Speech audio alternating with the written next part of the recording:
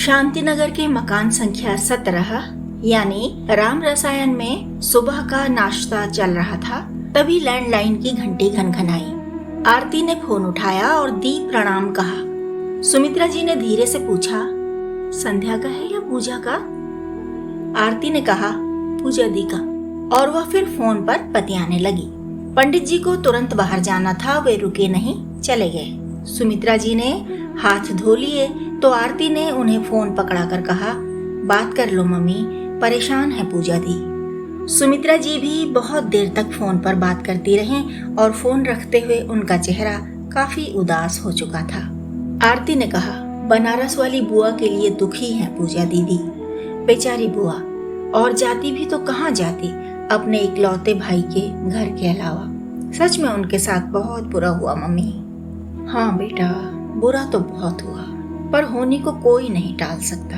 बहुत कर्मठ महिला हैं, लेकिन अब उन्हें कुछ सूझता नहीं कि क्या करें। पति बेचारे जवानी में स्वर्ग सिधार गए।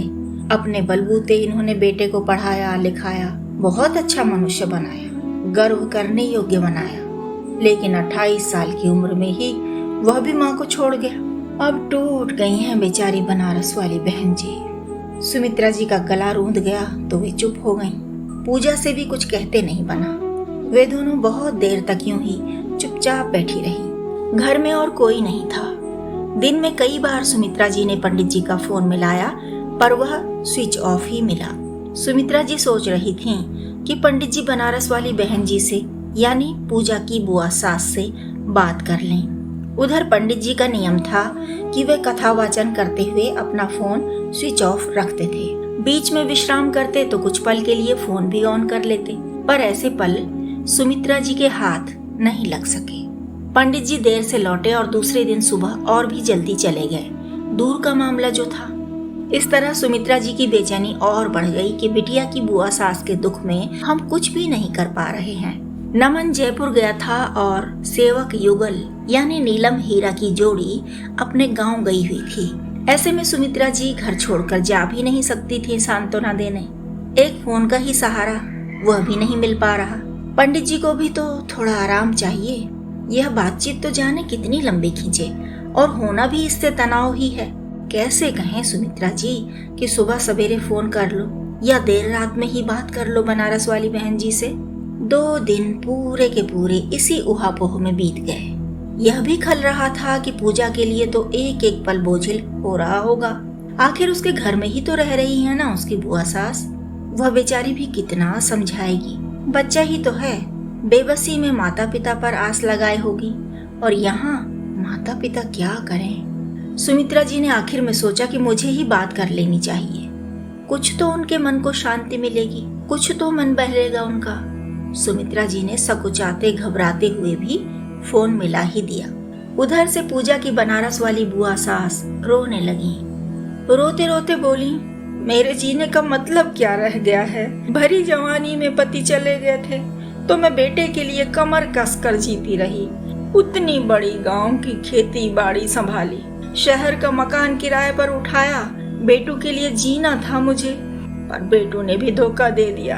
अब बताओ क्यों जीऊं मैं। तुम पंडितों ने इतना डरा रखा है, वरना कब का झूल जाती पंखे से। क्यों है आत्महत्या पाप। मन को जबरन मजबूत करते हुए सुमित्रा जी ने कहा, हम जीवन बना नहीं सकते तो मिटाने का अधिकार भी हमें नहीं है। प्रारब्ध से लड़ा नहीं जाता, उसे वैसे ही स्वीकारना पड़ता है जैसे हम मौसमों को स्वीकार करते हैं। आत्महत्या करके प्रारब्ध का भोग तो बाकी ही रह जाता है ना बहन जी, फिर अगली बार ब्याज सहित भोगना पड़ता है। इस पर भी सोचिए। जन्म जन्म की कड़ियां और उसका हिसाब सब सोचकर ही नियम बनते हैं। उधर से बनारस वाली बहन जी बोली, आपकी बात तो सही होगी, लेकिन मेरे जैसा इंसान क्या करे जिसने भक्ति मुक्ति जैसी बातें तो सोची ही नहीं। भोर से आधी रात तक बस हाड़ तोड़ काम खुद भी किया और दूसरों से भी लिया। क्या उन सब मजूरों का ही श्राप लगा होगा मुझे, जिनसे मैं डांट डांट कर काम कराया करती थी। उनकी हाय खा गई क्या मेरा भाग्य, मेरा होनहार बेटा। संभालते संभालते भी वे रो पड़ी। ऐसी विकट परिस्थिति से बचने के लिए ही तो सुमित्रा जी फोन करते डर रही थीं। कैसे समझाए कोई जवान बेटा खोने वाली माँ को, किन शब्दों में ढाढ़स बंधाए। हे प्रभु, पंडित जी की बात और है। वे ज्ञानी हैं, विवेकी हैं, धैर्यवान हैं, सहिष्णु हैं, पवित्र आत्मा हैं। वे पथ प्रदर्शन कर सकते हैं, पर मैं क्या करूं? हे भगवान, राह सुझाओ। क्षण भर आंख मूंदकर सुमित्रा जी ने प्रार्थना की और फिर उनके कंठ से शब्द फूटे। कठिन कुसंग कुपंथ कराला, तिनके वचन बाग हरि ब्याला, गृह कारज नाना जंजाला, ते अति दुर्गम शैल विशाला। सुन रही हैं बहन जी, क्या कह रहे हैं हमारे तुलसी बाबा?